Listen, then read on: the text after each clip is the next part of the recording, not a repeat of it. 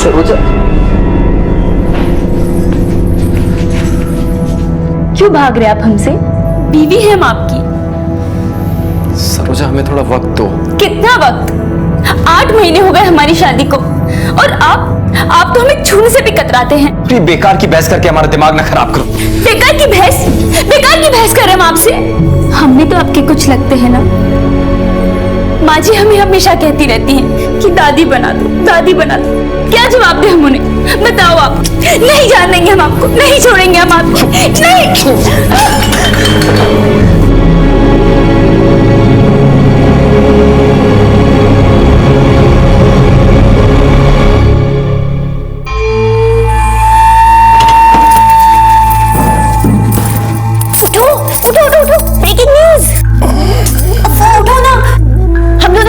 बनने वाले हैं। क्या? चमका दिए ना। ब्रेकिंग न्यूज ये है कि भाभी माँ को सिर्फ सपने दिखा रही है दादी बनाने के। पर क्या? पर ये कि ना नॉमन तेल होगा और ना राधा नाचेगी। भाई आज फिर से निकल गया जलती अंगीठी बुझा के। अरे वो अपनी रोटियां कहीं और सेकता है। अगर रणवीर की असली रासलीला का सच तेरी भाभी को पता चल जाए ना, तो यह नाच नहीं तांडव होगा। हमारी छुटकी बहनिया की शहनाई बजने के पहले अगर ये तांडव हो गया ना, तो रौनक छा जाएगी।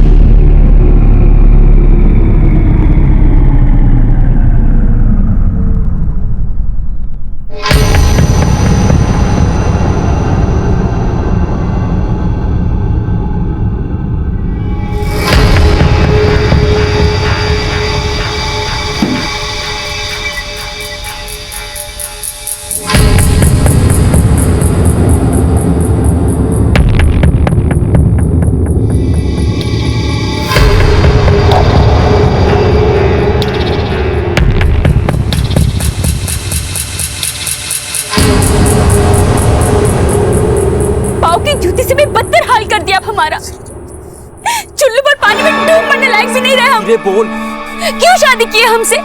क्यों हमारी जिंदगी नरक बना दी है? सरोजा हम शांति से भी बात कर सकते हैं। शांति? हमारी जिंदगी की शांति मंगल के लिए शांति का बढ़ावा ही बना रहे हैं। बहुत तो पतंग कर दम, किसी ने सुन लिया तो मुंह तो दबा रहे हमारा, गला ही दबा दीजिए ना। देख हमारी इज्जत की धज्जियां ना उड़ा। नहीं तो क्या करेंगे? मारेंगे? मार डालेंगे ना। मार डालो मुझे। सरोजा, सरोजा,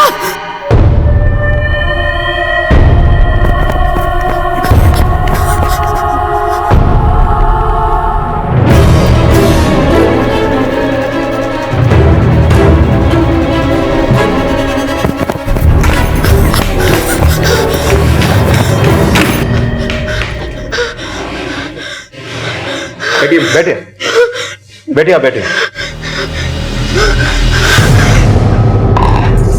ये पानी लीजिए।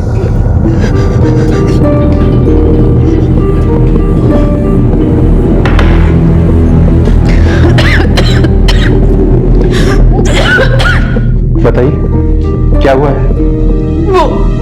वो सरोजा, हमारी बहू। भगवान, क्या कर दिया तूने? देखिए निश्चिंत होकर बताइए क्या हुआ आपकी बहू के साथ? उसने मार डाला। किसने? डरिए मत, बताइए किसने मार डाला आपकी बहू को? हमारे बेटे ने हमारी बहू को मार डाला।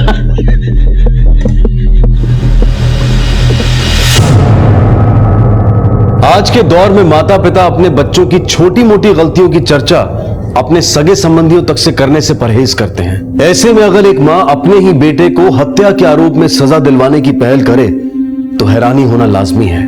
और इस हैरानी में हैरान होकर हम अक्सर कानून व्यवस्था का आदर करने वालों पर भी सवालिया निशान लगा देते हैं, क्योंकि हमें लगता है कि आज के दौर में अगर ऐसा कुछ हुआ है तो इसके पीछे भी जरूर कोई पहेली है। ये केस एक ऐसी ही दुर्लभ पहेली बनकर पुलिस के सामने आया था और इस पहेली को बूझने के लिए पुलिस तुरंत घटनास्थल पर पहुंची, जहां सरोजा की बेजान लाश पड़ी थी। उसके साथ हुए हादसे की तस्वीरें बयां करता एक दिल दहला देने वाला मंजर था और साथ में थे कुछ निर्जीव प्रश्न जिनके जवाबों को सजीवता देना पुलिस की जांच का पहला पड़ाव था।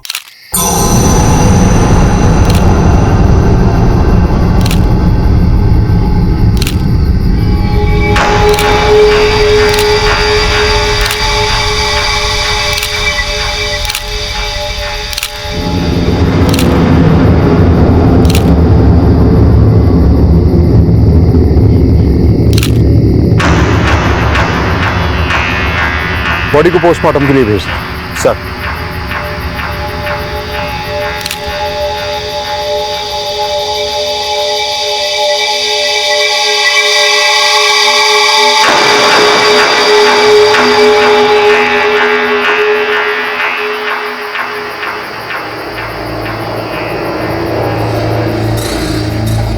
पति पत्नी के बीच में कोई नोकझोंक हुई थी क्या? नहीं सर, ऐसा तो कुछ भी नहीं था। आपका परिचय? हम रंजना, रणवीर भैया की छोटी बहन। आपसे बाद में बात कर लेंगे, पहले आपकी माता जी से पूछ लेते हैं। जरा विस्तार से बताइए हत्या के हालात, हत्यारे की मंशा और पीड़ित की आप बीती, जितना भी आप जान समझ पाई खुल के बताइए। रणवीर और सरोजा की शादी को 8 महीने हुए थे साहब। छुटपुट नोकझोंक के अलावा सब कुछ तो ठीक ही चल रहा था। छोटी मोटी नोकझोंक अगर हिंसा में बदल जाए, वो भी जानलेवा, तो कोई छुटपुट बात नहीं हुई। जरा दिमाग पर जोर डालिए। कल परसों नरसों कभी तो कुछ ऐसा हुआ होगा जो आज हत्या के अंजाम तक आ पहुंचा। हमें तो कुछ समझ में नहीं आ रहा है साहब। आज सुबह तक तो सब कुछ ठीक था। रंजना को देखने लड़के वाले आए थे आज, और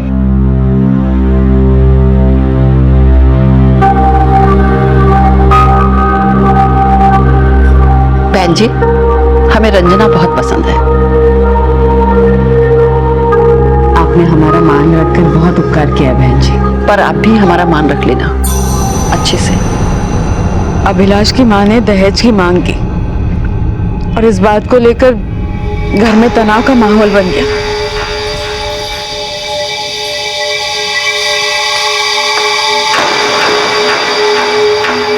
लड़के वालों की मांग पूरी करने के लिए ये जमीन बेचने के अलावा कोई रास्ता नहीं बचता। खबरदार जो जमीन बेचने की बात भी की तो। 5 लाख नगद, कार, टीवी, फ्रिज, कहां से होगा इंतजाम? इतने भी गए गुजरे नहीं है हम रणवीर। गहने जेवर बेचकर विदा कर देंगे रंजना को, पतपुरखों की जमीन नहीं बेचेंगे।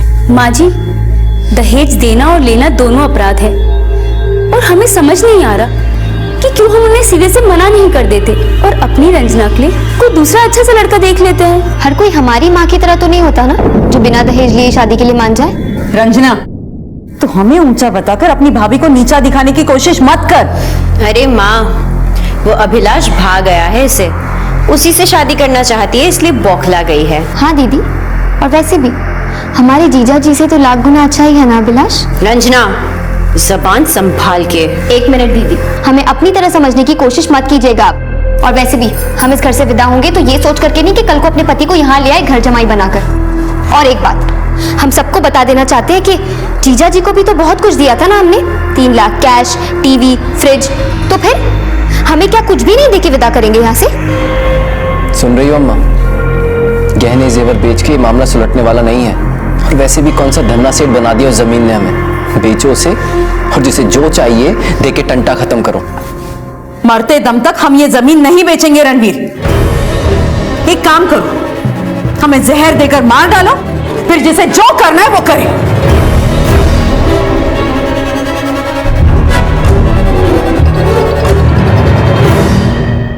माँ जी, खाना?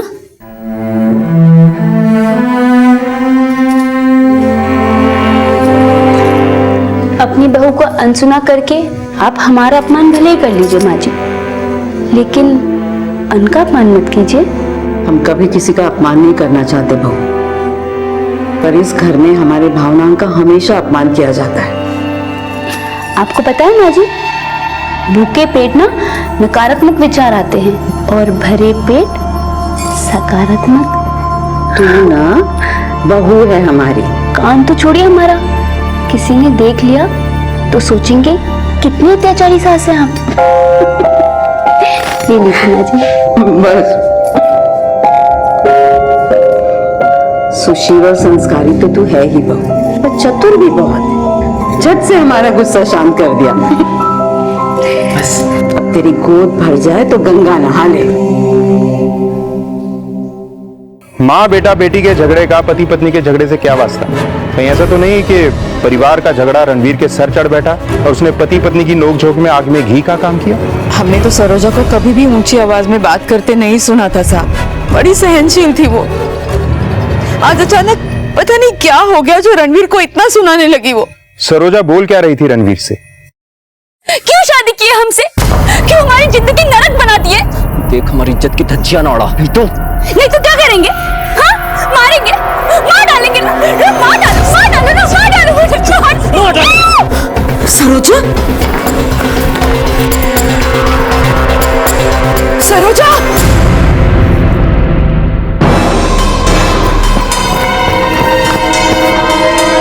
हमारा बस चलता तो हम तभी अपने बेटे की जान ले लेते, लेकिन एक पति अपना आपा खोकर अपनी बीवी को मार सकता है, पर एक माँ क्यों किया? क्यों किया यार तूने? क्यों किया?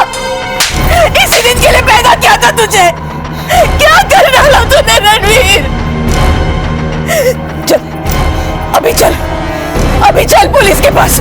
नहीं माँ, पुलिस के पास नहीं जाएंगे, हमारी इज्जत चली जाएगी। क्या इज्जत बची है अभी? चल पुलिस के पास चल। नहीं माँ, पुलिस के पास नहीं जाएंगे। नहीं रणवीर रुक, रणवीर रुक जा, रणवीर। और वो कपूत भाग गया, अपनी बीबी को शरीर से और अपनी मां को जीते जी मारकर।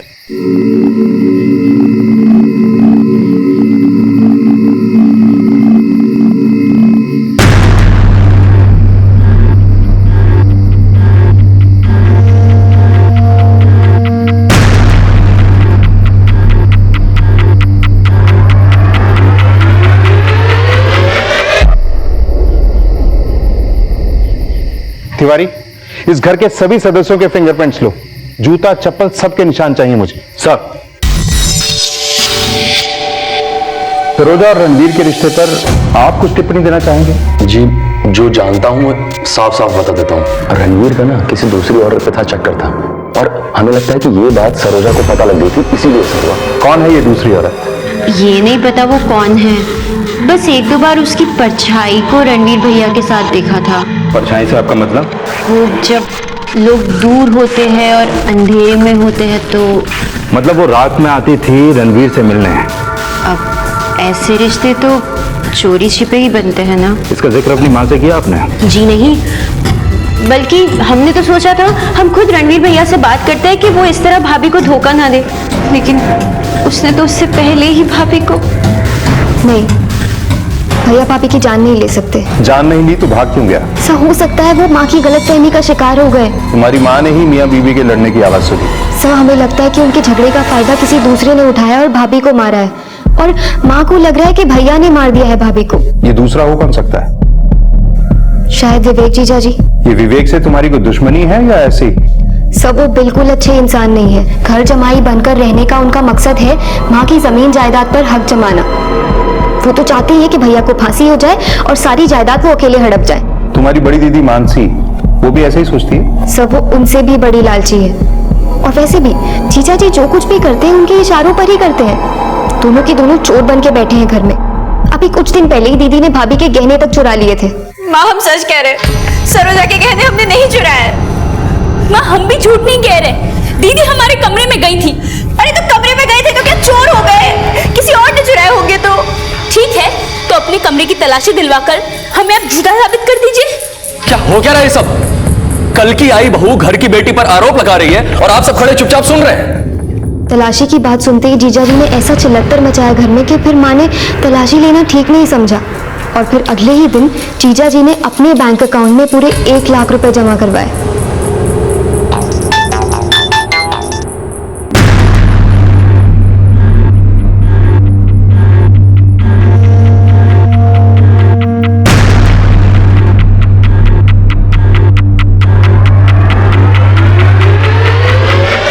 वो कुछ कमाते धमाते नहीं थे, तो फिर कहां से आया इतना पैसा बैंक में डालने के लिए? और तुम्हें लगता है ये पैसे तुम्हारी भाभी के गहने बेचकर आए?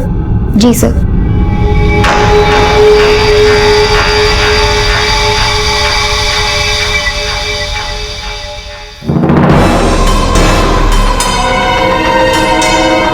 सरोजा की सास ने कहा कि बेटा बहू में झगड़ा हो रहा था, तू मैंने आरोप प्रत्यारोप, और देखते ही देखते झगड़ा हिंसा में बदल गया।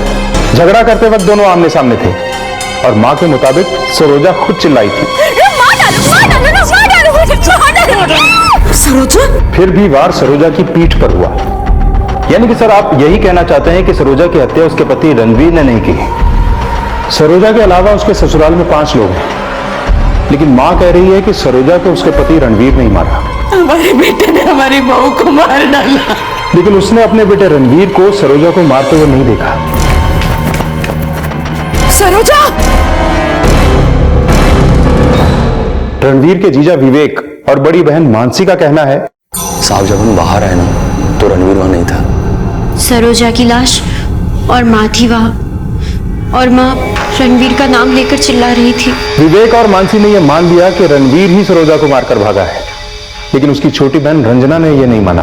नहीं, भैया पापी की जान नहीं ले सकते। रंजना ने अपना शक अपनी बड़ी बहन मानसी और जीजा विवेक पर जताया। सर आप कहना क्या चाहते हैं?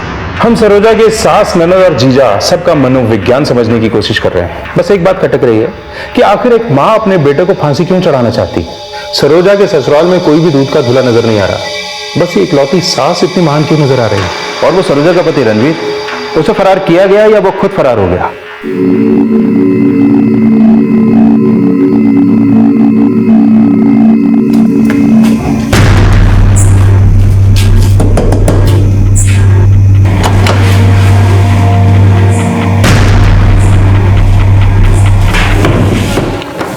सर आपको क्या लगता है कि रणवीर का वाकई में किसी औरत से चक्कर था या विवेक और मानसी जबरदस्ती ये कहानी बना रहे हैं? सरोजा के ससुराल में सभी टेढ़े हैं, कौन सच बोल रहा है कौन झूठ, ये समझने के लिए पहले जमीन बेचने का मामला समझना होगा। ऐसा करो, रणवीर के बैंक अकाउंट, लेन देन, कर्ज मुनाफा सबकी डिटेल निकलवाओ और उसके जीजा की भी। Okay sir. और सुनारों की दुकानों पर चेक करो कि वाकई मानसी और विवेक ने सरोजा के चुराए गहने तो नहीं बेचे थे।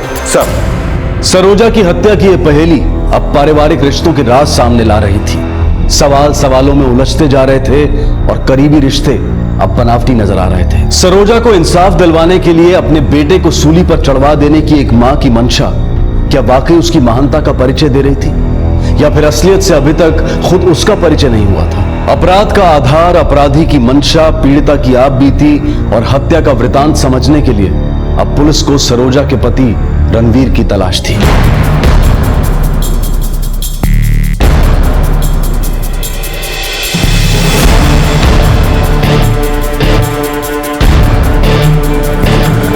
सुनिए जी, ये फोटो देखिए और बताइए कि इन दोनों में से यहाँ कोई आया तो। ये लेडीज है सर। ये जेवर रणवीर की बड़ी बहन मानसी ने एक सुनार को बेचे थे, वो भी सरोजा की हत्या की अगली सुबह।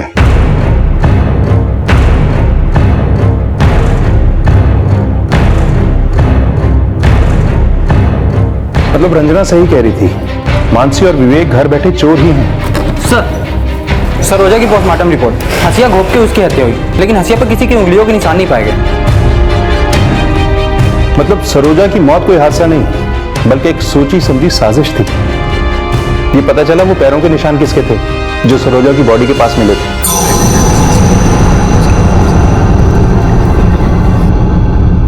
माताजी, अभिलाष की माताजी पूछ रही हैं, अगर आपको उनकी मांगे मंजूर हो, रंजना और अभिलाष की तारीख पक्की कर दी जाए। ठीक है, हम खबर भिजवा देंगे। जय माता। माँ, हम सोच रहे हैं एक छोटा सा व्यापार शुरू कर दें। अच्छी बात, करो शुरू। लेकिन माँ, आप तो जानती है ना, आजकल बिना लागत लगाए कुछ भी नहीं होता। तो हम सोच रहे थे कि आप रंजना की शादी के लिए जो जमीन बेचेंगे उसमें से थोड़े पैसे हमें भी। हम ना पुरखों की जमीन बेचेंगे और ना ही दहेज देंगे। सरोजा की भी यही राय थी। उसकी आत्मा को शांति मिलने के लिए उसके विचारों का हम इतना तो मान रख ही सकते हैं ना। गिरफ्तार कर लो इस पति पत्नी को। लेकिन साहब हमने क्या किया है? चोरी के सबूत मिल चुके हैं और सरोजा की हत्या का सच हम उगलवा लेंगे। साहब आपको कोई गलतफहमी हुई है? हम भला सरोजा को क्यों मारेंगे? तेरे जूतों के निशान मिले हैं सरोजा की हत्या वाली जगह पर। अरेस्ट कर लो इन्हें। नहीं मारा उसको साहब। हम मानते हैं कि हमने सरोजा के गहने चुराए थे, लेकिन इन्होंने सरोजा को नहीं मारा साहब। हम तो उस रात बाहर गए ही नहीं, सच्ची कसम से। तो तेरे जूते पहन के कोई भूत मार गया सरोजा को? साहब हमारा यकीन कीजिए, जब हम सरोजा के कमरे में गहने चुराने गए थे तब ये सो रहे थे साहब। साहब मुझे लगता है वो जो परछाई रणवीर भैया से मिलने आती है वो सच में कोई भूत ही थी। ज्यादा चालाक बनने की कोशिश मत करो। रणवीर का किसी औरत के साथ चक्कर होना तुम दोनों की झूठी कहानी है, जिसमें हमें उलझा के तुम दोनों बचना चाहते हो। हमारा यकीन कीजिए साहब, हम सच कह रहे हैं। उस रात भी रणवीर भैया से वो परछाई मिलने आई थी और उसके पीछे पीछे सरोजा भी गई थी। उसी का तो फायदा उठा के हम उसके कमरे में घुसे। वरना आप ही बताइए साहब, ये चोरी हम कैसे करते? सर हमें नहीं लगता कि रणवीर भैया का किसी के भी साथ कोई चक्कर था। हमें लगता है वो दोनों जरूर आपसे कोई झूठ बोल रहे हैं। कहीं आप ही तो कुछ छुपा नहीं रही है ना हमसे? नहीं सर, हम आपसे कुछ नहीं छुपा रहे हैं। ठीक है, आप जा सकते हैं। सर आपको क्या लगता है कि वो परछाई वाकई में विवेक और मानसी का रचाया हुआ छलावा है या कोई रहस्यपूर्ण हकीकत? इस रहस्य का तभी पता चलेगा जब रणवीर हमारे हाथ लगेगा।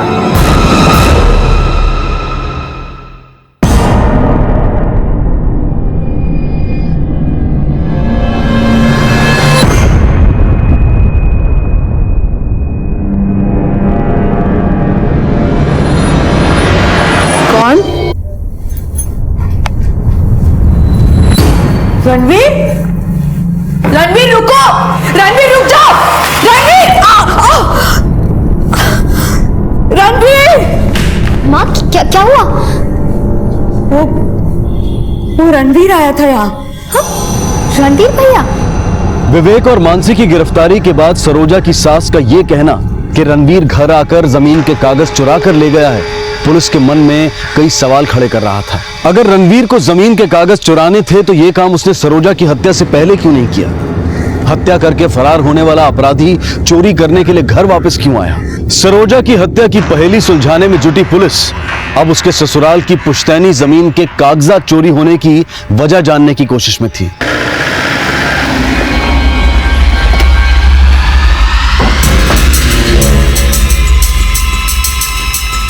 आइए साहब, वो कल रणवीर हमारे घर आया था चोरी छुपे। उसे हमारे पुश्तैनी जमीन के कागजात चुरा लिए। वो जमीन बेच देगा साहब। आपने ये जमीन उसके नाम करा रखी? जी। रणवीर कल रात को यहाँ पे आया था, तो इसकी सूचना आपने कल रात को हमें क्यों नहीं दी? आप तो उसे गिरफ्तार कराना चाहती हैं। जी, वो कल रात हमें लगा कि हमें कोई वहम हुआ है, तो सुबह उठ के जब जमीन के कागजात नहीं मिले तो हमें यकीन हो गया साहब कि रणवीर चुरा कर ले गया कागजात।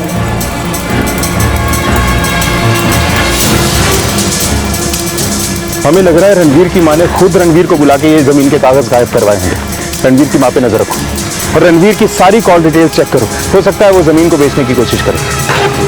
सर हमने रणवीर के कॉल रिकॉर्ड चेक किए और कुछ लोगों से बात भी की। पता चला कि रणवीर ने काफी लोगों से कर्जा लिया हुआ था। हो सकता है रणवीर इन्हीं कर्जदारों से अपनी जमीन का सौदा करे। सबके फोन सर्विलेंस पे डालो, रणवीर इनसे जरूर कांटेक्ट करेगा। सर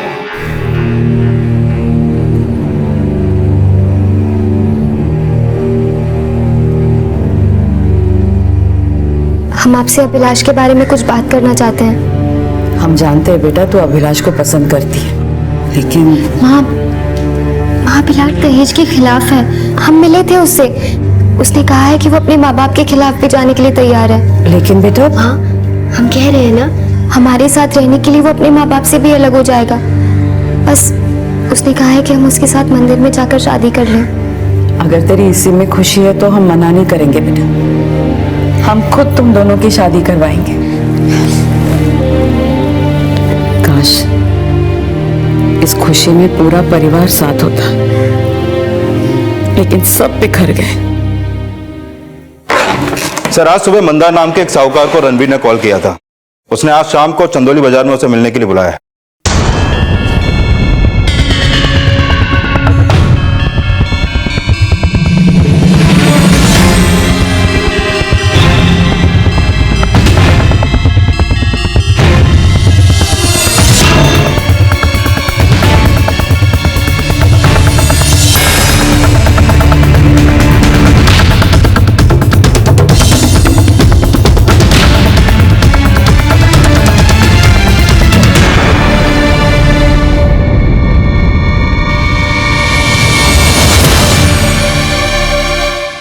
हाँ साहब, रणवीर आने वाला था हमसे मिलने, लेकिन साहब हमें सच में नहीं पता कि वो अपनी औरत का कत्ल करके फरार है साहब। क्या बोल रहा था वो?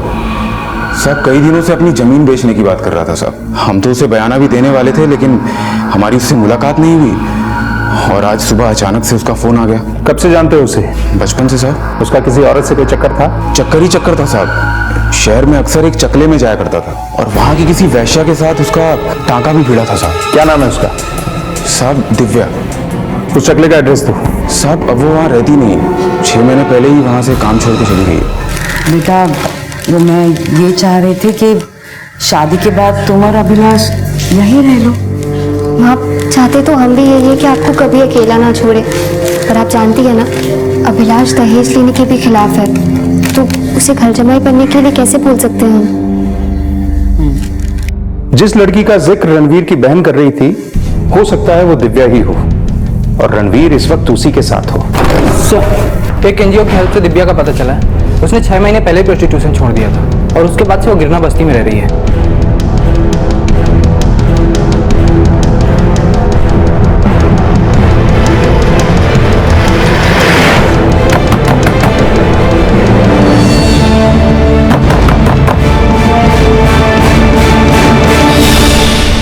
रणवीर कहाँ है?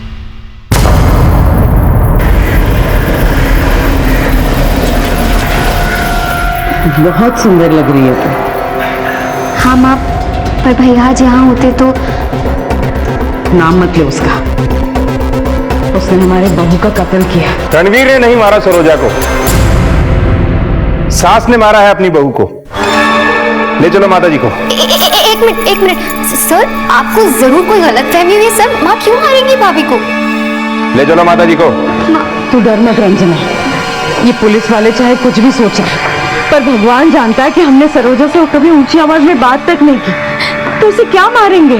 माँ हम क्या करें, हमें कुछ समझ नहीं आ रहा है। तू डर मत, तू जा और अभिलाष से शादी कर, हमारी फिक्र मत कर बेटा। तू साज को आँच नहीं होती बेटा। माँ साँच को आँच नहीं होती, तुम्हारा झूठ राख हो चुका है। अब बताओ, क्यों मारा तुमने अपनी बहू सरोजा को? आप जो राग को रेत रहे उससे हमारे सच का कोई वास्ता नहीं। तुमने अपनी बहू सरोजा को सिर्फ इसलिए मार डाला क्योंकि उसे पता चल गया था कि तुम्हारा बेटा रणवीर HIV पॉजिटिव है, और वो ये सच दुनिया के सामने खोलकर तुम्हारे खानदान की इज्जत की धज्जियां ना उड़ा दे, इसलिए तुमने सरोजा को मार डाला। रणवीर HIV?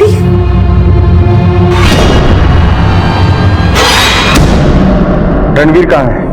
रणवीर हमसे शादी से पहले मिला करता था। हमें पता चला कि हम HIV पॉजिटिव हैं। हमने रणवीर से भी कहा कि वो भी अपना चेकअप करवा ले। रणवीर इस बात से बहुत घबरा गया था। हमने उसे हिम्मत दी और अपने डॉक्टर के पास ले गए।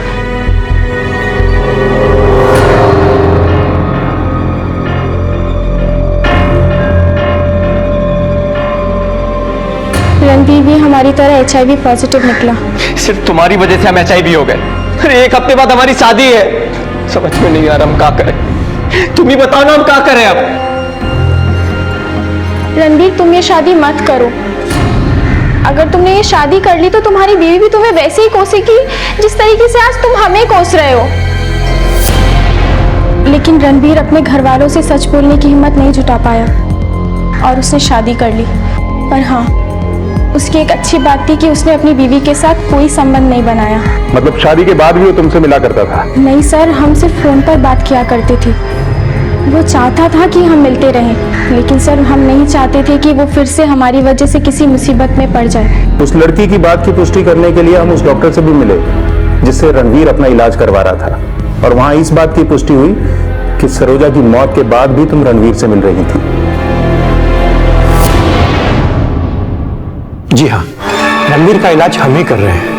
वो अक्सर यहाँ आता जाता रहता है। अभी कल ही उसका फोन था, उसकी तबीयत खराब थी तो हमने उसे अपने क्लिनिक आने को बोला। आपको किस नंबर से फोन आया था? आप हमें वो नंबर दिखा सकते हैं? जी हाँ सर, ये देखिए। वो नंबर तुम्हारा ही था। हम झूठ नहीं कुरेद रहे हैं, बल्कि तुम्हें सच का आईना दिखा रहे हैं। तुम जानती थी कि तुम्हारा बेटा रणवीर HIV पॉजिटिव है। उसके बाद भी तुमने सरोजा की उससे शादी होने दी।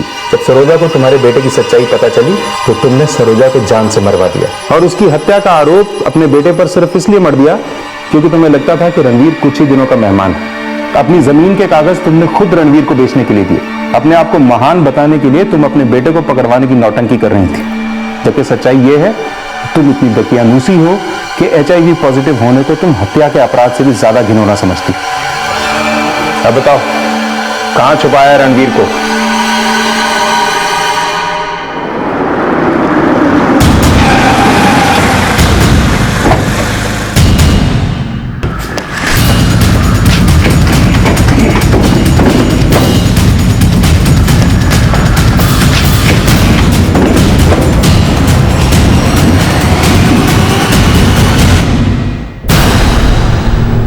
गंगे च जमुने चैव गोदावरी सरस्वती नर्मदा सिंधु कावेरी जलास्मिन् सन्निधिं कुरु। ओम अपवित्रो पवित्रो वा यथावस्था गतोऽपि वा च स्मरे पुंडरीकाक्ष। ओम आभ्यंतर शुचि ओम पुनातो। अब आप लोग फेरों के लिए खड़े हो जाएं। एक मिनट रंजना, तुम्हारा भाई भी तुम्हारी शादी में शामिल होना चाहता है।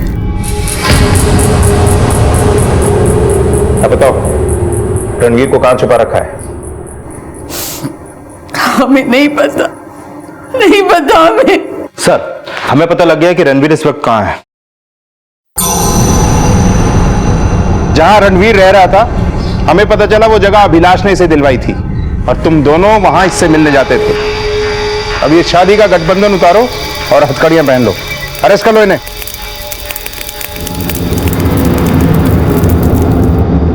सर, हम सिर्फ हमारे भैया की मदद कर रहे थे। मदद तो करेगी ही, क्योंकि वो जानता था कि उसकी बीवी को तूने मारा और फंस बेचारा वो गया। नहीं सर, हमने भाभी को नहीं मारा। भैया झूठ बोल रहे हैं आपसे। तेरा झूठ पकड़ा गया है। खुद को बचाने के लिए अपनी माँ को फंसाने की सोची। हमने नहीं मारा सरोजा को, ना ही रणवीर को कहीं छुपाया हमने।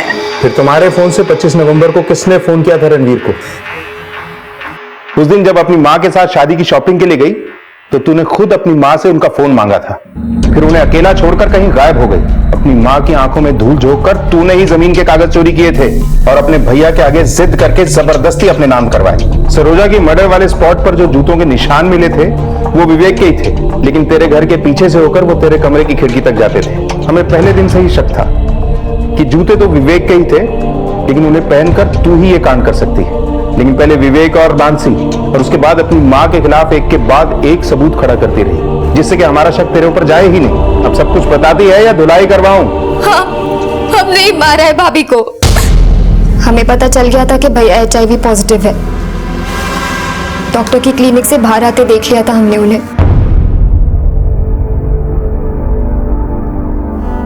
हम क्या करें रंजना, हो गई हमसे गलती। इसका मतलब आपकी वजह से भाभी को भी ये हम तो आज तक उसे छुए भी नहीं और यही वजह है कि वो हमसे आज तक चिड़ी हुई रहती है। अगर ऐसा ही रहा तो वो दिन दूर नहीं जब हमें नामर्द समझ के हमसे तलाक मांगने लगेगी। हमें लगा कि अगर भाभी को भैया की बीमारी के बारे में पता चल गया तो वो चुप नहीं रहेंगी, और अगर ये बात फैल जाती तो अभिलाष के घर वाले हमारी शादी कभी नहीं होने देते। बस इसीलिए भैया ने और मैंने मिलके भाभी के मन में शक पैदा करना शुरू कर दिया कि उनकी पति की जिंदगी में कोई दूसरी औरत है, ताकि इस कारण से भाभी भैया से अलग हो जाए।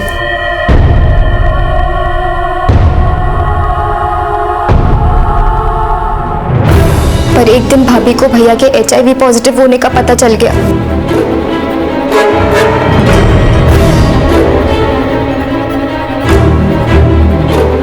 इतनी बड़ी बात छिपाई हमसे, इसलिए ये दूर दूर भागते ना हमसे।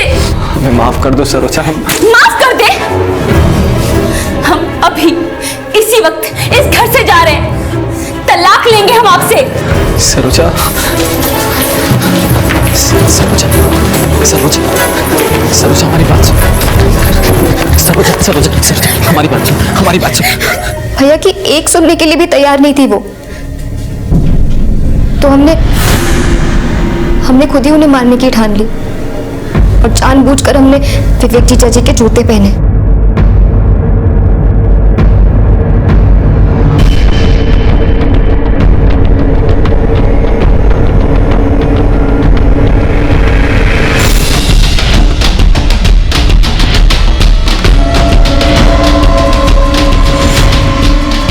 देख हमारी इज्जत की धज्जियां ना उड़ा। नहीं तो क्या क्या करेंगे? मारेंगे? मार डालिए, लीजिए लीजिए, मार डालिए मुझे, मार डालिए मुझे, मार डालो।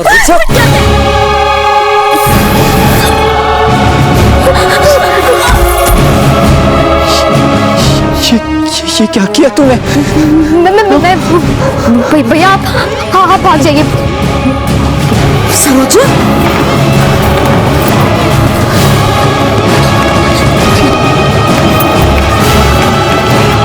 सरोजा,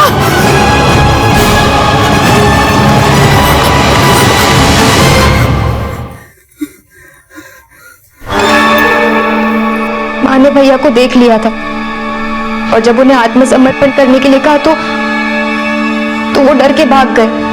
हम भी नहीं चाहते थे कि हमारे भैया फंस जाएं, इसलिए हमने अभिलाष से मदद लेकर उन्हें वो जगह दिलवाई।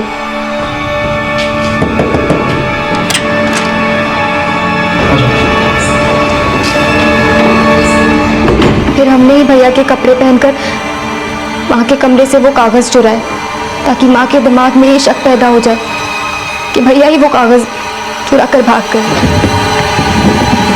कौन? रणवीर? रणवीर रुको! रणवीर भैया पे शक पक्का करने के लिए हमने जबरदस्ती उनसे मंदार को फोन करवाया।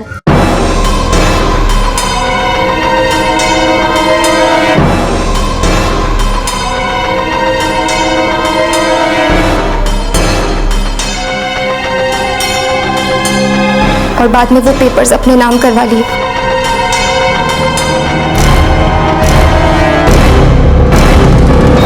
मतलब तुम मंदार के जरिए हमें रणवीर के HIV पॉजिटिव होने के राज तक पहुंचाना चाहती थी, इसलिए अपनी मां का फोन लेके रणवीर से उस डॉक्टर को कॉल करवाया।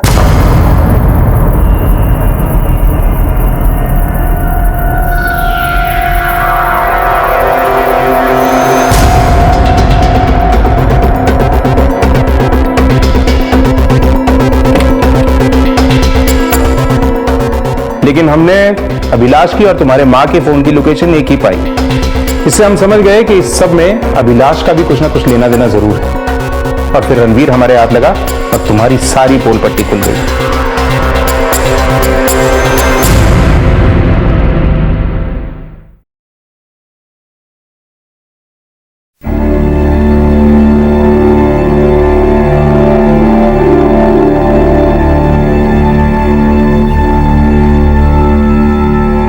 नजरें तो हमें झुकानी चाहिए बेटा। और शर्मिंदा मत करो अम्मा। शर्मिंदा तो हम महसूस कर रहे हैं आज। तेरी मन की दुविधा समझ ही नहीं पाए हम, और तुझे सरोजा का हत्यारा समझकर जली कटी सुनाते रहे। नहीं अम्मा, गलती हमारी है कि हम आपको आज तक सच बताने की हिम्मत नहीं कर पाए। हमने आपको ही नहीं, सरोजा को भी धोखा दिया है। हमें माफ कर दो अम्मा।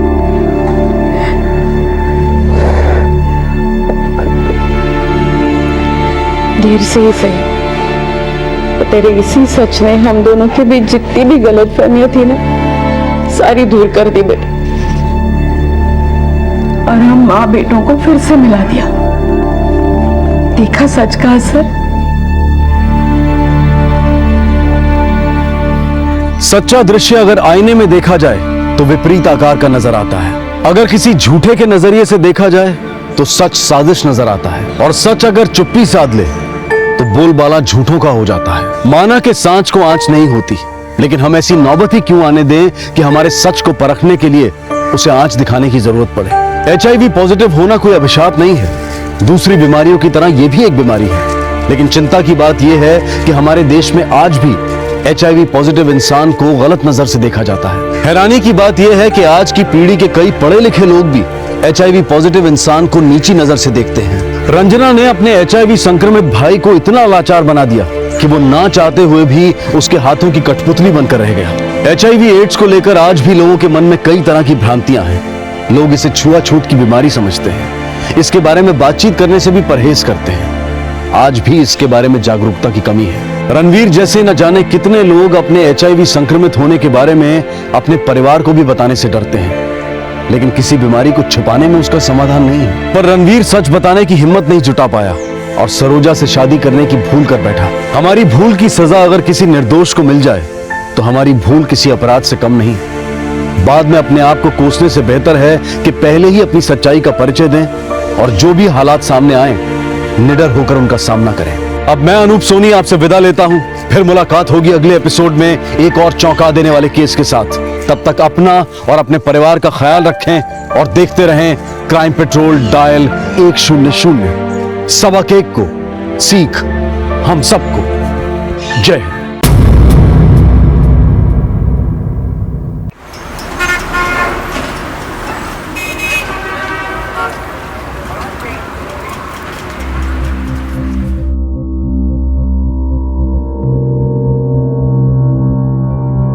अंता, मैं क्या सोच रहा था, हम लोग 4 धाम की यात्रा पर चलते हैं और फिर। अरे रे, तो आप इतनी देर से यही सोच रहे थे? हाँ, मुझे तो लगा कुछ परेशानी है और आपके साथ चलना। बाप रे बाप। क्यों भाई? वो वृंदावन के मंदिर में आरती शुरू हुई तो ये जय श्री कृष्ण करके इतने आगे चले गए कि हम बिछड़ गए और किसी दूसरे का हाथ पकड़ लिया। अरे सुनो भाई, ऐसा नहीं है। देखो क्या है, जब इंसान भक्ति में लीन हो जाता है ना तो ऐसा ही होता है।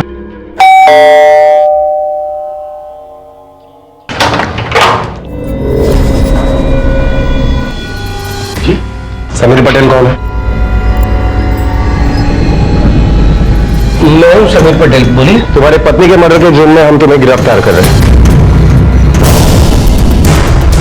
अरे मैंने कुछ किया नहीं। अरे मेरी बात आप ये क्या कर रहे हैं आप लोग? अरे बेटे को बचाओ ना, देखो ना। आज के जमाने में जॉइंट फैमिली एक सपने की तरह से हो गई है और इसी सपने को सच साबित करता पटेल परिवार। जहां सब लोग एक साथ हंसी खुशी रह रहे थे, उसी परिवार में अचानक एक दिन पुलिस आती है और समीर को उसकी पत्नी के कत्ल के जुर्म में गिरफ्तार कर लेती है। इस मामले की तह तक जाने के लिए अतीत को खंगालना होगा। कौन है ये समीर पटेल और उसकी पत्नी की हत्या का सच क्या है?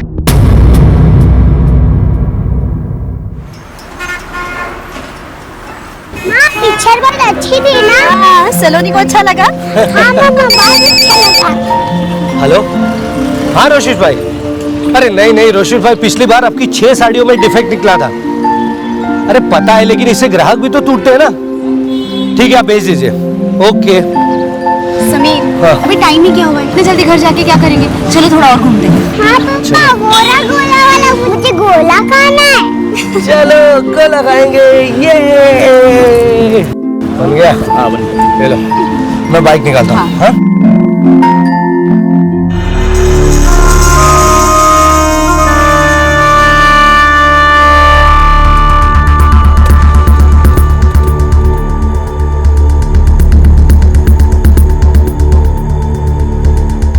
समीर, हाँ चलो। हाँ चलो।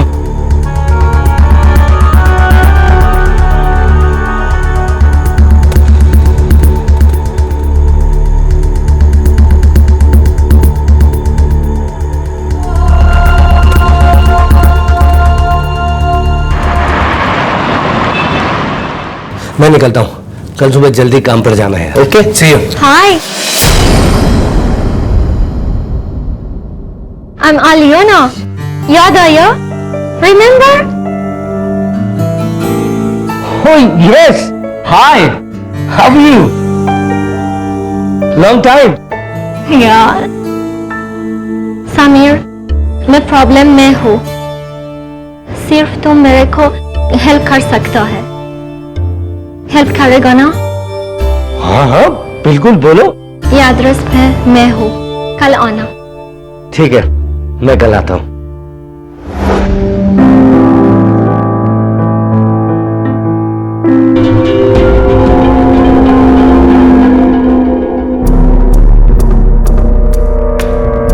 समीर, ये बाल किसका है?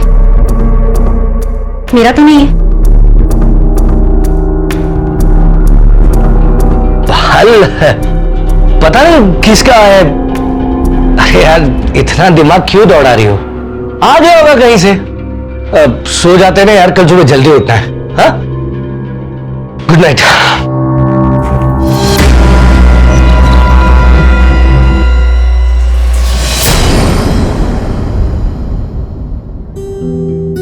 पापा क्या बना रहे हो? मैं अपनी गुड़िया के लिए बिल्डिंग बना रहा हूँ। ये देखो। समीर, समीर। हाँ, आया। मैं अब भी आता हूँ। ओके।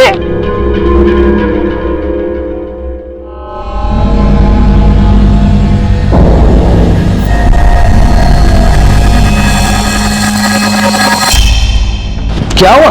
प्लीज ये बैग अलमीरा पे रख देना, बहुत भारी है। सलोनी, तुम फिर से पापा के फोन में गेम खेल रही हो? दो मुझे।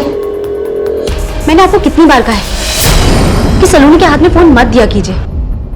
दिन भर फोन में गेम खेलती रहती है। लेकिन मैंने इसे फोन नहीं दिया, इसे खुद ले लिया होगा। मैं तो यहाँ पर हूँ ना, तुम्हारी हेल्प कर रहा हूँ। सलोनी, आइंदा से पापा के फोन में गेम नहीं खेलोगे। माँ, मैं गेम नहीं खेल रही थी। मुझे कुछ नहीं सुनना। आज के बाद से पापा का फोन तुम्हारे पास नहीं होना चाहिए। गौरव, तेरी प्रॉब्लम क्या है? ज्यादा बड़ी नहीं, सिर्फ 20,000। पागल समझा है मुझे? मैं तुझे पैसे दूंगा। सोच लो, अगर वो फोटो भाभी के पास चली गई तो आपकी प्रॉब्लम मेरी प्रॉब्लम से ज्यादा बड़ी हो जाएगी।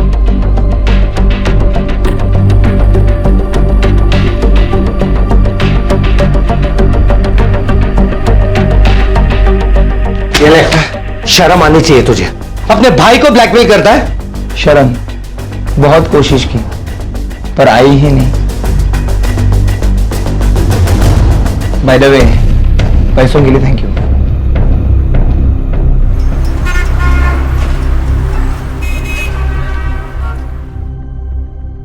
समीर, अभी उधर रहना अनसेफ है। आई डोंट नो मैं किधर जाऊं। मुझको लगता है कोई मुझको पीछा कर रहा है। मेरा लाइफ डेंजर में है। समीर, रोज ऐसा लगता है कि आज का दिन लास्ट होगा मेरा लाइफ की। नहीं नहीं अलियाना, तुम ऐसा डरो मत। मैं हूं ना तुम्हारे साथ। एक काम करो, तुम अपना सामान पैक करो और चलो मेरे साथ। और बाबूजी, कैसी रही आपकी यात्रा? पूरे सफर में तो कोई परेशानी नहीं हुई, बस स्टेशन से घर आने में तकलीफ हो गई। समीर आने वाला था लेने के लिए, आया ही नहीं। कहाँ है समीर? नहीं आए? वो तो बोलकर निकले कि आप लोग को लेने जा रहे हैं। खैर कोई बात नहीं, शायद कोई काम आ गया होगा। झूठ पे झूठ बोल रहे हो आप मुझसे। आपकी शर्ट पे कहीं से बाल आकर अटक गया। माँ बाबूजी को स्टेशन लेने जाने वाले थे लेकिन नहीं पहुंचे। जब भी आपके फोन में मैसेज आता है तो आपके चेहरे का रंग ही उड़ जाता है। आप पक्का मुझसे कुछ छुपा रहे हो। अरे यार अमिता, मैं तुमसे क्या छुपाऊंगा? तुम फालतू में मुझ पर शक कर रही हो। मैं बिजी था, नहीं जा पाया उन्हें लेने। अच्छा, ऐसे किस काम में बिजी थे कि आपका फोन स्विच ऑफ था? मैं 2 घंटे तक आपका फोन ट्राई कर रही थी लेकिन नहीं लगा।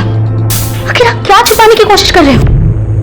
ठीक है, अगर तुम्हें ऐसा लगता है ना तो एक काम करते हैं। कल से 24 घंटे तुम मेरे साथ रहना। जहां जाऊंगा, जो काम करूंगा, तुम मेरे साथ रहना, ठीक है? लेकिन प्लीज भगवान के लिए अभी चुप हो जाओ। बच्ची सो रही।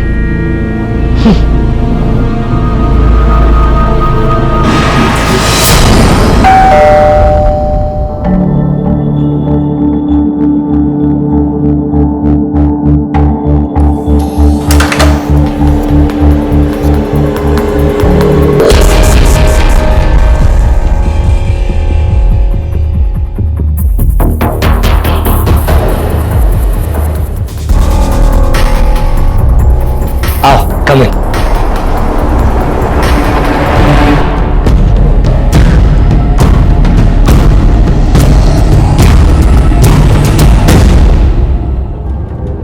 माँ बापूजी, ये एलियोना है, मेरी बहुत अच्छी फ्रेंड है। रशिया से है। एक्चुअली क्या है ना कि इसके पासपोर्ट में थोड़ा प्रॉब्लम हो गया है, तो जैसे ही प्रॉब्लम सॉल्व हो जाएगा ये वापस चली जाएगी, लेकिन तब तक ये हमारे साथ ही रहेगी। हाय। जय श्री कृष्ण।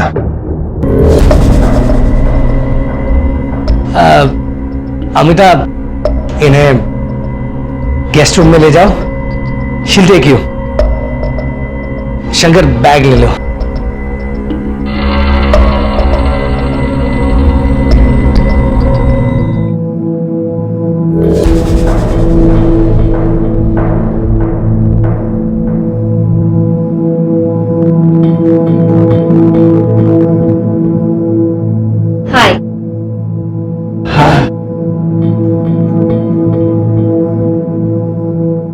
कांता, मेरा नाश्ता मेरे कमरे में भिजवा देना।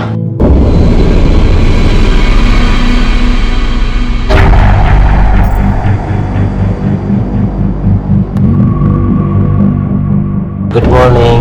मॉर्निंग। Good morning.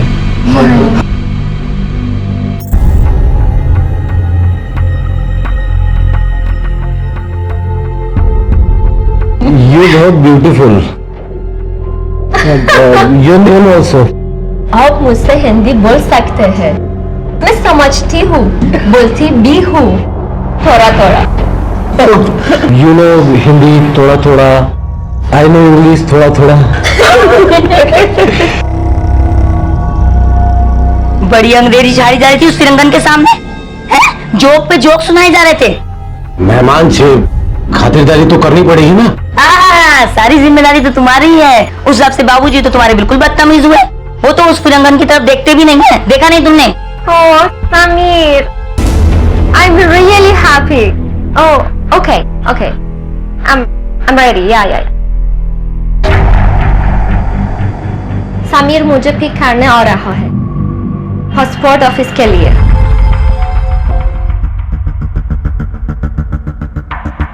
गौरव, मुझे घर के लिए मार्केट से कुछ सामान मंगाना था। अनिया, हाय। तुम पासपोर्ट ऑफिस जा रही हो ना? Can I drop you? मैं भी उसी ओर जा रहा था, कुछ काम था मेरा, तो मैंने सोचा कि तुम्हें भी ड्रॉप कर दूं। नो थैंक्स, समीर आ रहा है, मुझे पिक करना है। गौरव, वो मार्केट जाना था, सामान ले। शंकर को भेज दो, मैं बहुत थक गया हूं।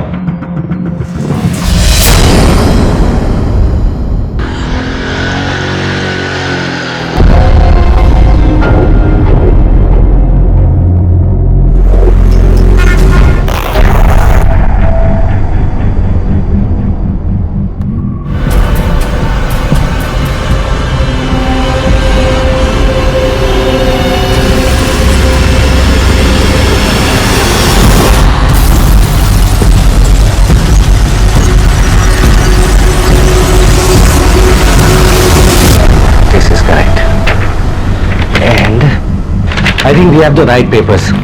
Let's leave. अमिता, अच्छा सुनो, मुझे आते वक्त थोड़ा लेट होगा, डिनर तक आता हूँ। केम घड़ी घड़ी आनी पाछળ ફરે છે?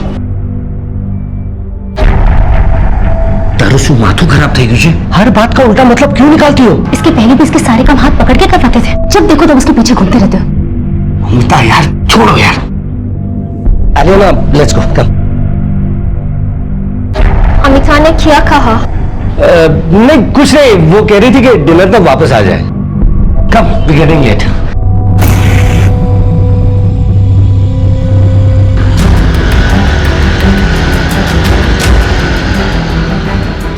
रिक्शा, इस बाइक के पीछे चल।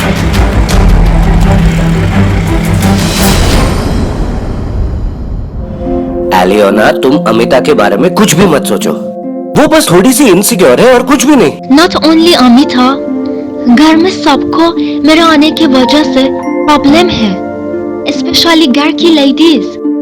समीर, मैं कहीं और शिफ्ट हो जाऊं? नहीं यार, कैसी बात कर रही हो? कहीं शिफ्ट होने की जरूरत नहीं है, और वैसे भी थोड़ी दिनों की तो बात है, डोंट वरी। Thank you.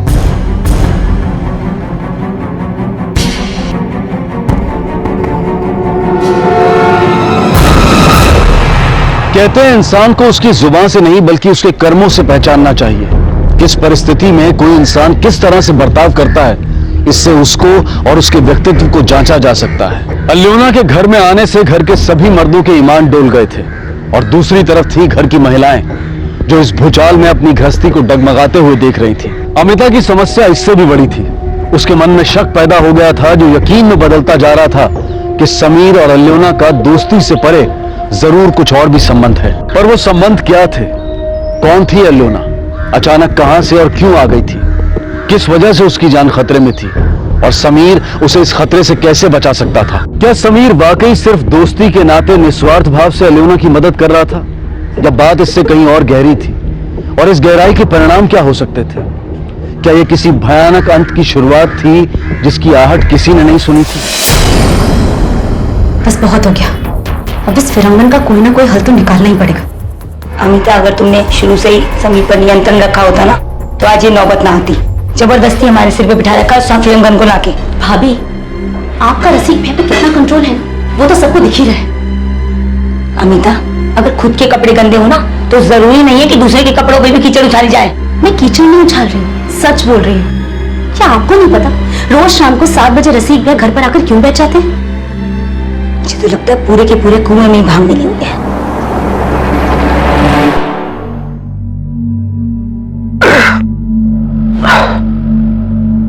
कहाँ जा रहे हो आप? प्यास लगी है, पानी पीने जा रहा हूं।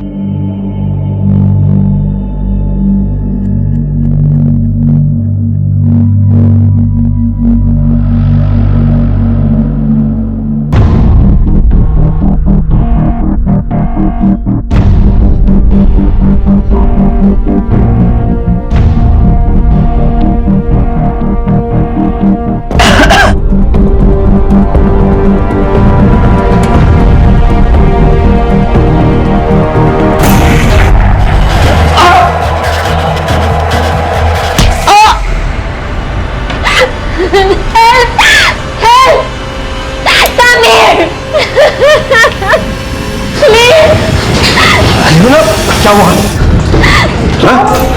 क्या हुआ? शर्म नहीं आई तुझे? देखो अनून, मैं मानती हूँ कि तुम इस वक्त बहुत ज्यादा मुसीबत में हो, लेकिन तुम्हारी वजह से हमारा पूरा परिवार बिखर रहा है। तो प्लीज तुम इसी वक्त यहाँ से चले जाओ, प्लीज। एक मिनट। इतनी रात को कहीं जाने की जरूरत नहीं है। लेकिन समीर, तुम कल सुबह ही इसके लिए कोई और इंतजाम करोगे। पर बस। और तब तक निधि बहू, तुम इसके साथ इसके कमरे में जाके सो।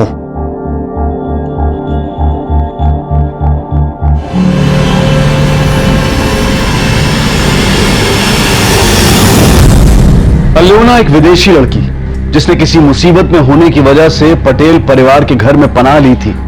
उस सभ्य परिवार के सभी लोगों के चेहरे से सभ्यता का नकाब उतर चुका था। दूसरी तरफ था समीर जो अल्योना के लिए अपने पूरे परिवार से लड़ाई कर रहा था। पर किस वजह से वो अल्योना के लिए ढाल बना हुआ था? या फिर समीर ये सब सिर्फ इंसानियत की वजह से कर रहा था? इन सभी सवालों के जवाब शायद मिलने वाले थे, लेकिन वो जवाब जिस शक्ल में सामने आने वाले थे वो और भी भयानक था।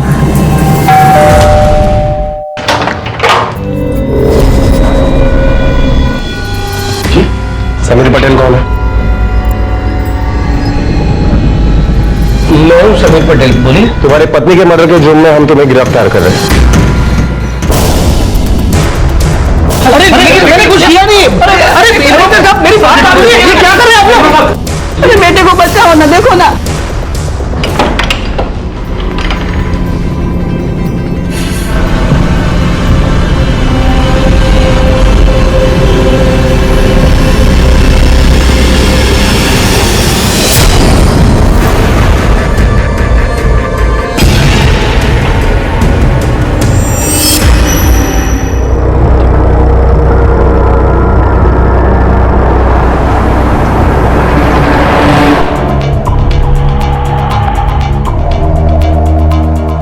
मिस्टर समीर, एलियोना आपकी पत्नी थी? नहीं सर, पत्नी नहीं थी, सिर्फ दोस्त थी। मतलब आप उसे जानते थे, मिले थे उससे? तो आप ये कैसे कह सकते हैं कि वो उसकी पत्नी नहीं थी? क्योंकि इसकी पत्नी का नाम एलियोना नहीं है, अमिता है। ये उसका नंबर है, अब चाहे तो उसे फोन पर बात कर सकते हैं। वो फिलहाल अपने मैके में है, रिश्तेदार की शादी के लिए गई है। यादव, फोन लगाओ इस नंबर पे।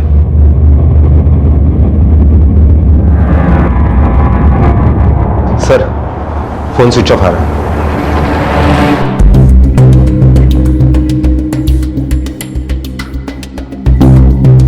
मिस्टर हसमुख पटेल, या तो समीर आपसे झूठ बोल रहा है या आप सब लोग पुलिस से झूठ बोल रहे हैं, क्योंकि एलियोना समीर की पत्नी होने का सबूत है हमारे पास।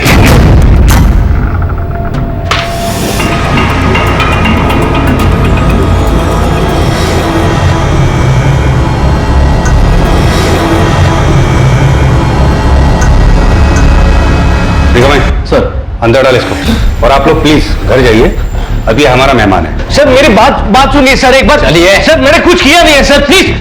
यादव, एक रशियन लड़की एक इंडियन लड़के से शादी करती है। उस लड़के के घर वालों को शादी के बारे में कुछ पता नहीं है, और फिर वो दूसरी शादी करके एक लड़की को घर लाता है। सर, लेकिन इसकी दूसरी शादी तो गैर कानूनी है।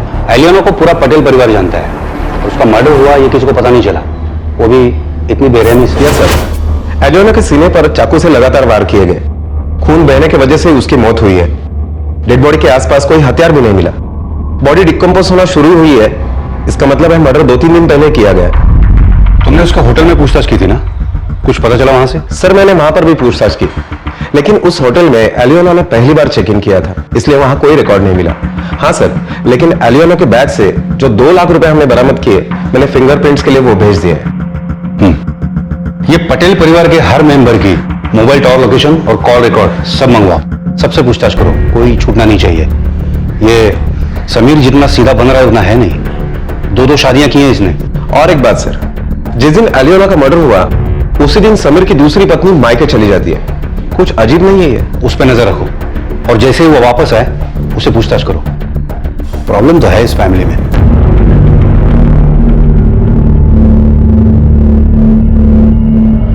सिर्फ समीर नहीं, आप सब लोगों ने मिलकर मुझे बेवकूफ बनाया। आप सबको पहले से ही पता था कि फिरंगन उसकी पत्नी है।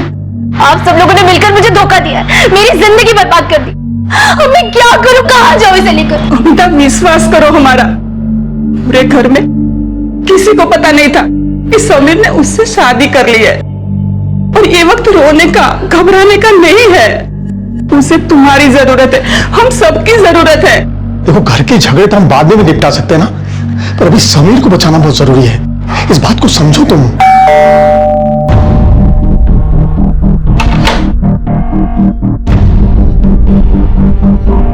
मुझे समीर पटेल की दूसरी बीवी अमिता से बात करनी है। एलियोना और समीर के बारे में आप क्या जानती हो? मतलब उन दोनों के बीच में रिलेशन कैसा था? एलियोना समीर के सिर्फ दोस्त थी, मैं बस इतना ही जानती हूँ। समीर ने हमेशा हमसे ये कहकर मिलवाया कि वो उसकी अच्छी दोस्त है। समीर, मैंने खुद अपनी आंखों से तुम दोनों को गले मिलते हुए देखा।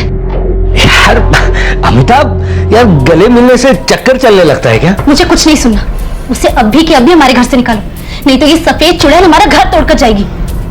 यार इस घर की सारी औरतों को उसके सफेद रंग से क्या प्रॉब्लम है? उसके सफेद रंग के साथ उसका अपना दिमाग है, एक अपनी लाइफ है, और उसकी लाइफ में ढेर सारे प्रॉब्लम्स हैं। जैसे ही वो प्रॉब्लम सॉल्व हो जाएंगी, वो खुद यहाँ से चली जाएगी, और तुम्हारी सफेद चुड़ैल कभी नहीं दिखेगी। Okay okay? और जब से वो यहाँ रहने आई, तब से इस घर के मर्द पागलों की तरह उसके पीछे घूम रहे थे।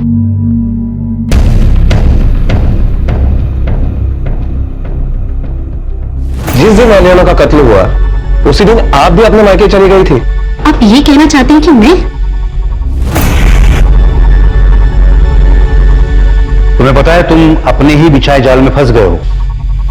तुमने 2-2 शादियां की, और जब वो दोनों एक दूसरे के बारे में जान गई तो तुम्हारे लिए मुसीबत बन गई, और उन दोनों में से एक को तुमने बड़े आराम से अपने रास्ते से हटा दिया। सर मैं बिल्कुल सच कह रहा हूं, मैंने किसी को रास्ते से नहीं हटाया, मैंने कुछ भी नहीं किया सर। अगर तू आराम से हमें बताएगा कि तूने एलियोना को क्यों मारा तो तकलीफ तुझे ही कम होगी, वरना उगलवाने के तो बहुत सारे तरीके हमें आते हैं। सर मैंने एलियोना को नहीं मारा, मैं तो किसी को मारने के बारे में सोच भी नहीं सकता हूं। मार नहीं सकता, लेकिन 2-2 शादियां कर सकता है। अब ये 2-2 शादियां तेरे गले का फंदा बनेंगी। एक के मर्डर के इल्जाम में तू यहां बैठा है, और दूसरी मतलब अनीता तुझ पे केस करने वाली है। देख, अगर इस सच के बदले तूने अलियोना के बारे में हमें बताया तो हो सकता है हम तुम्हारी कुछ मदद कर पाएं, लेकिन अगर अब भी तुमने पुलिस से झूठ बोला तो तुम्हारी बच्ची कुछ इज्जत भी चली जाएगी। ठीक है सर, मैं आपको सच बताता हूं, सब कुछ बताता हूं। 6 साल पहले एक कल्चरल एक्सचेंज प्रोग्राम नाम का कोर्स कर रहा था मैं। मेरी मुलाकात वहीं अलियोना से हुई। वो यहाँ पर स्टूडेंट वीजा पर आई थी। उसकी टूटी फूटी हिंदी और इंग्लिश की वजह से हम दोनों की पहले बात हुई और उसके बाद हम धीरे धीरे अच्छे दोस्त बन गए। समीर, मेरा वीजा एक्सपायर होने वाला है। I don't want to go back. वहाँ कोई काम नहीं मिलेगा मुझे। फैमिली को सपोर्ट करना है, इधर ही रहना है। अरे तो प्रॉब्लम क्या है, अपना वीजा बढ़वा लो। It's not possible. पर एक रास्ता है। अगर मैं किसी इंडियन को मैरिज कर लूं तो मैं इधर स्टे कर सकती हूँ परमानेंट। हाँ, ये तो अच्छी बात है, तो कर लो ना शादी। Will you marry me? Just your नाम। मैं चली जाऊंगी उसके बाद। Please Sameer, I won't meet you ever. Please. Okay. Really?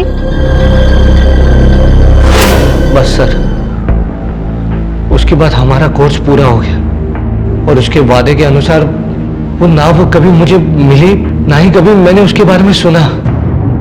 फिर इन दिनों अचानक वो मेरे सामने आकर खड़ी रह गई। उससे मेरा यकीन मानिए, वो मेरी बहुत अच्छी दोस्त थी और मैं अपनी दोस्त का खून क्यों करूंगा सर? क्योंकि वो तेरे गले की हड्डी बन गई थी। वो तुम्हारे पास आना चाहती थी, जिसकी वजह से तुम्हारी बीवी तुमको छोड़ के जा सकती थी। तुमने उसे खुद से दूर जाने के लिए पैसे भी दिए। पैसे? वो 2 लाख जो उसके बैग से मिले, उन पर तुम्हारी उंगलियों के निशान थे। और पैसे देने के बावजूद भी जब वो चुप नहीं बैठी, तब तूने उसे मार दिया। अलियोना से जुड़ी कोई जानकारी पुलिस के पास नहीं थी और जानकारी का एक ही जरिया था, वो था पटेल परिवार। सबूत के तौर पर पैसों पर समीर और उसके बड़े भाई रसिक की उंगलियों के निशान मिले थे। बैंक से डिटेल मिलने पर पता लगा कि ये पैसे रसिक ने दुकान के अकाउंट से निकाले थे, पर समीर का कहना था कि उसने ये पैसे अलियोना को दिए ही नहीं, तो आखिर ये पैसे उसके पास पहुंचे कैसे? क्या रसिक का भी अलियोना के कत्ल से कोई संबंध हो सकता था, या फिर पटेल परिवार के और भी सदस्य इस कत्ल से जुड़े थे? इसी दिशा में आगे बढ़ने के लिए पुलिस ने समीर के पड़ोसियों से पूछताछ करने की ठानी। नहीं सर, पहले कभी झगड़े की आवाज तक नहीं आई। जिस दिन वो फिरंगी लड़की, क्या नाम था उसका, अलियोना, घर से गई थी, उससे 1 रात पहले घर से खूब चीखने चिल्लाने की आवाज आ रही थी। किसी बात पे बहुत बुरा झगड़ा था साहब। बेशरम, शर्म नहीं आई तुझे? शर्म? अरे यार, कैसे गला फाड़ के चिल्ला रहे हैं? अंदर जाके देखें क्या? अरे जाने दो ना, उनके घर का मामला, हमको भी क्यों पड़े? अरे यार, मैं कौन सा बीच में पड़ रहा हूँ? मैं तो ये कह रहा हूँ कि हमारी नीतियों खराब कर रहे हैं। हाँ, चैन से सोने भी नहीं देते, रात भर डिस्टर्ब करके रखते हैं। क्या हुआ था ये तो पता नहीं, लेकिन गौरव की वजह से झगड़ा हुआ था। वो है ही ऐसा साहब, 1 नंबर का आवारा। काम धाम तो कुछ करता नहीं, भाइयों से पैसे लेकर लड़कियों पे उड़ाता। यादव, अलियोना के कॉल रिकॉर्ड के मुताबिक सारे कॉल, आउटगोइंग, इनकमिंग, सारे नंबर पटेल फैमिली की ही है। सर, रिकॉर्ड देखकर तो यही लगता है कि अलियोना इनके अलावा और किसी से बात ही नहीं करती थी, ना ही किसी को कॉल किया है। और समीर के मोबाइल से जितने भी कॉल आए और गए, लगभग उतने ही कॉल गौरव के भी है। पर यादव, मर्डर के टाइम गौरव और समीर दोनों का टावर लोकेशन होटल से काफी दूर है। एक काम करो, एक गौरव को उठाओ। अलियोना के मर्डर केस में सस्पेक्ट्स की लिस्ट बढ़ती जा रही थी। यूं तो पूरा पटेल परिवार पुलिस की हिट लिस्ट पर था, लेकिन गौरव का नाम उभर कर सामने आया था। ये जानने के बाद कि गौरव काफी अय्याश किस्म का इंसान है और लड़कियों को खिलौना समझना उसकी आदत है। एक लड़की के मामले में तो बात अबॉर्शन तक पहुंच गई थी, जिसे बाद में गौरव ने धमकी और पैसे देकर चुप करवाया था। और अलियोना के फोन रिकॉर्ड्स भी बता रहे थे कि उन दोनों के बीच में काफी बातचीत होती थी। पुलिस का शक गौरव पर और गहरा हो गया था और इसीलिए उन्होंने गौरव से पूछताछ आगे बढ़ाई। इससे पहले कि मैं तुझसे बुलवाने की ठान लूं, सच बोल।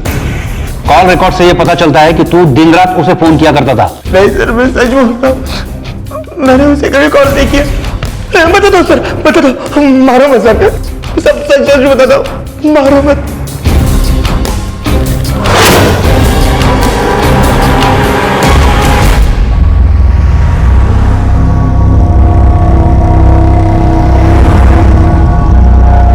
एलियोना, हाय।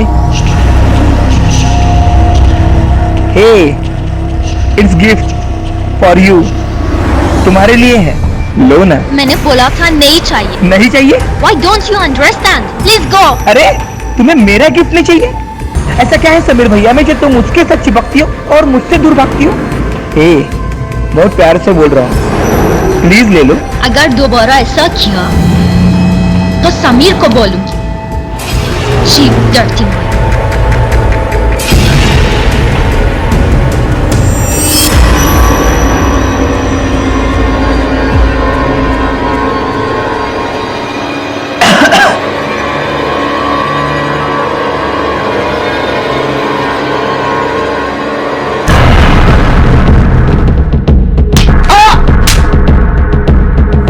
सर उसने मेरी बहुत बेइज्जती की थी, वो मुझे सती सावित्री होने का राग दे रही थी।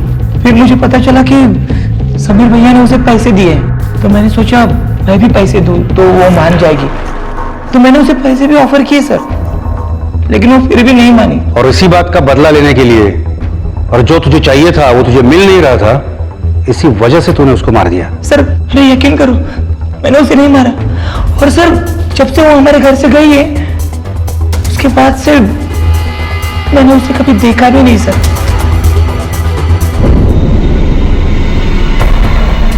मिस्टर समीर, आप जा सकते हैं। मिस्टर रसिक, आप नहीं। क्यों सर? मिस्टर रसिक, ये आपकी दुकान के बैंक अकाउंट के डिटेल्स हैं।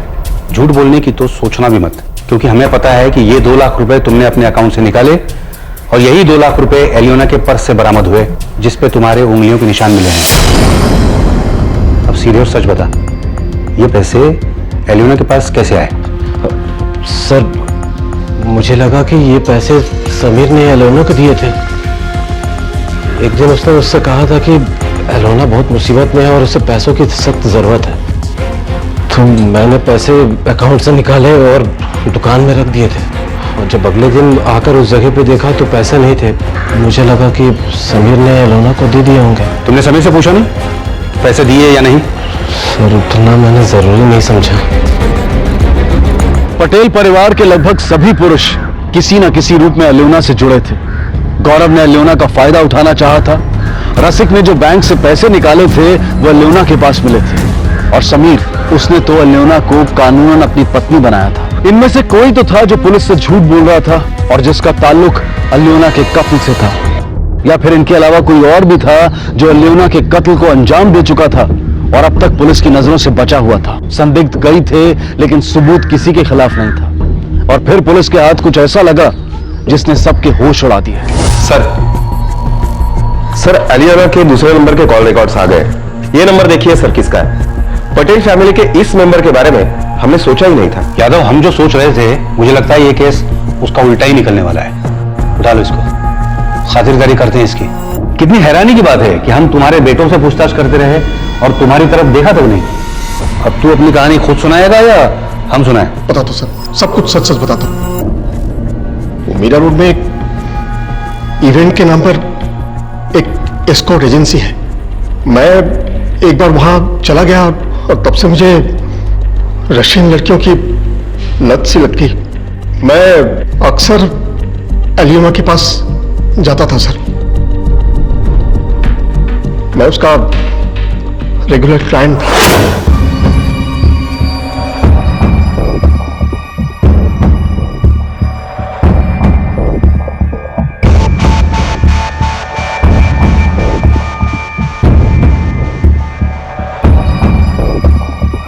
उसके कुछ दिनों के बाद एजेंसी वालों ने एलियोना की जगह पे किसी और लड़की को भेजना शुरू कर दिया सर।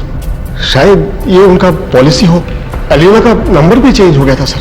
उसके बाद तो मैंने सीधा उसे समीर के साथ अपने घर पे देखा सर।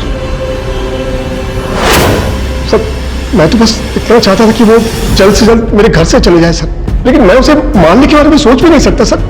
मैं सच कह रहा हूँ सर, उसके मर्डर में मेरा कोई हाथ नहीं सर। मैं सच कह रहा हूँ सर। यादव, ये पटेल परिवार का हर मर्द कुछ ज्यादा ही रंगीन है। क्यों नहीं मार सकता तू उसे? अपने परिवार को बचाने के लिए, अपनी असलियत छुपाने के लिए तुमने उसे मारा होगा। बिल्कुल मार सकता है तू उसे। कत्ल का मकसद भी है तेरे पास। चल अब बता, कैसे मारा उसे? मैं सच कह रहा हूं, मैंने नहीं मारा है उसे। और सर, आप लोगों से एक और विनती है, मेरे परिवार वालों को इसके बारे में कुछ मत बताइएगा सर, वरना मैं किसी को मुंह दिखाने के लायक नहीं रहूंगा सर। एक लड़की की जान चली गई और तुझे अपनी इज्जत की पड़ी है, इसे यहीं बिठा के रख दो। सर, आपको क्या लगता है यह सच बोल रहा है? पता नहीं, पता करना पड़ेगा। अलियोना के कत्ल का किसी को कोई दुख नहीं था, सब सिर्फ अपना बचाव चाहते थे, लेकिन पुलिस के पास किसी के खिलाफ कोई सबूत नहीं था। आखिरकार पुलिस ने पटेल परिवार के हर सदस्य पर निगरानी रखने के लिए अपनी टीम लगा दी। पुलिस इस केस को हल करने की पूरी कोशिश कर रही थी।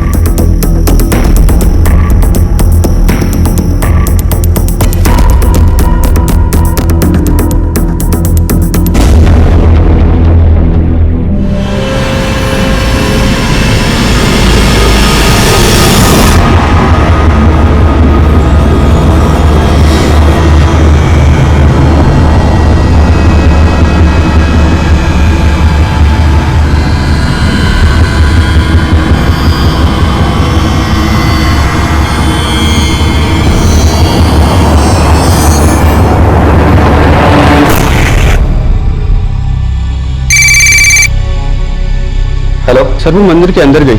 अंदर जाऊं या यहीं इंतजार करूं? अंदर जाओ, 1 मिनट के लिए भी नजर मत हटाना। Yes sir.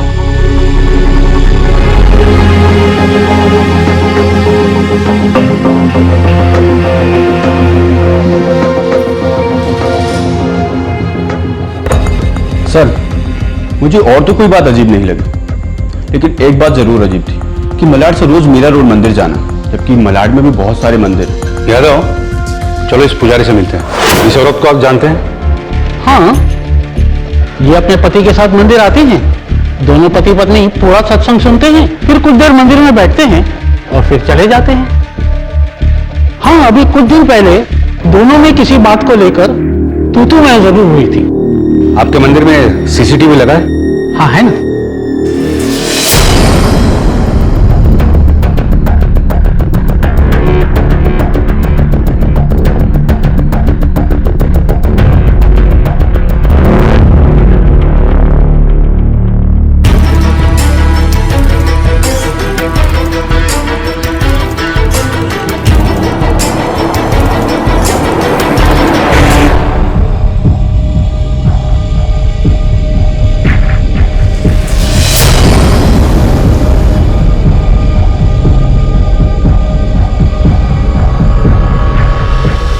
बहुत घुमाए इन लोगों ने।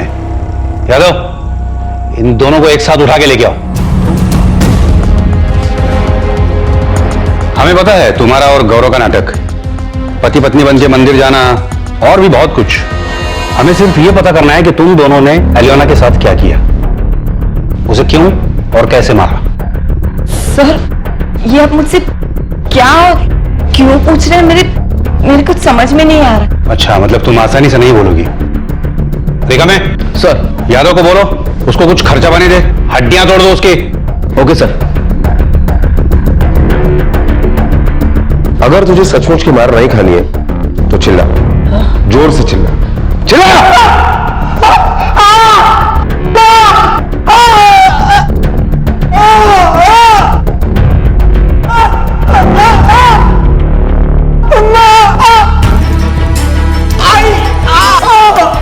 इंस्पेक्टर साहब, प्लीज उसे मत मारिए, प्लीज। मैं आपको सब सच बताने के लिए तैयार हूं। उसे मत मारिए, प्लीज मत मारिए उसे, प्लीज।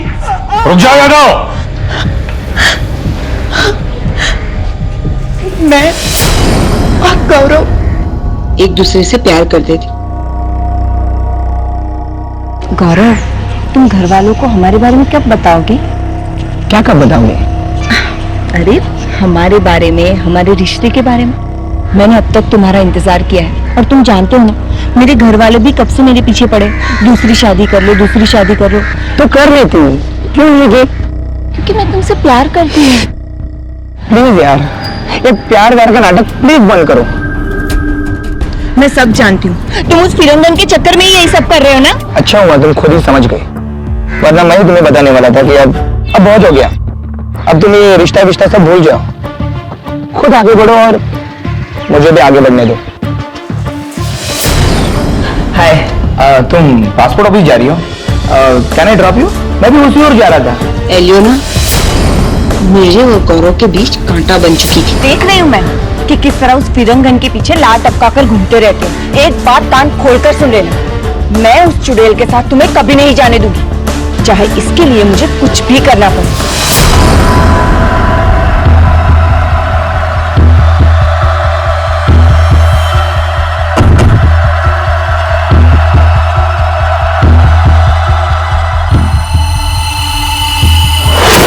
इसीलिए मैंने शंकर की मदद ली और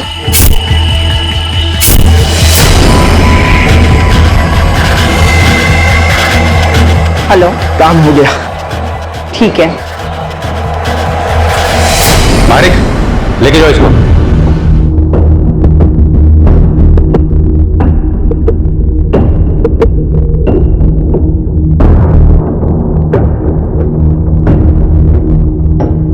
कहते हैं प्यार दुनिया का सबसे खूबसूरत एहसास है। इसके जिंदा रहने से ईर्ष्या द्वेष जैसी चीजों से खुद ब खुद मुक्ति मिल जाती है।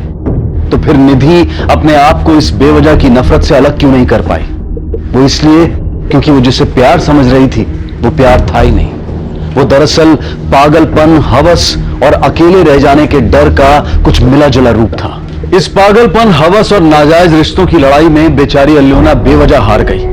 वो अल्योना जो अपने परिवार को जिंदा रखने के लिए हर पल मरना कबूल करती थी, वो जो रोज नए शर्मनाक समझौते करती थी और सभ्य समाज की नजरों में गिरी हुई थी, वो सभ्य समाज जिसे हसमुख पटेल के परिवार जैसे लोग बनाते हैं, जिनका अपना रोम रोम पाप के हाथों बिक चुका है।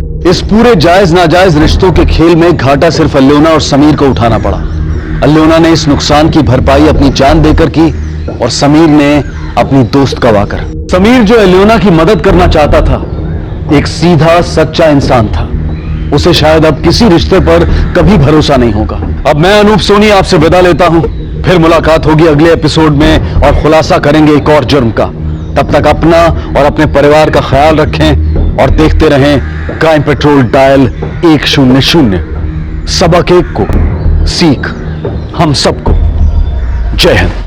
इस तरह के और भी एपिसोड देखने के लिए हमारे चैनल को सब्सक्राइब करें और बेल आइकन दबाना ना भूलें।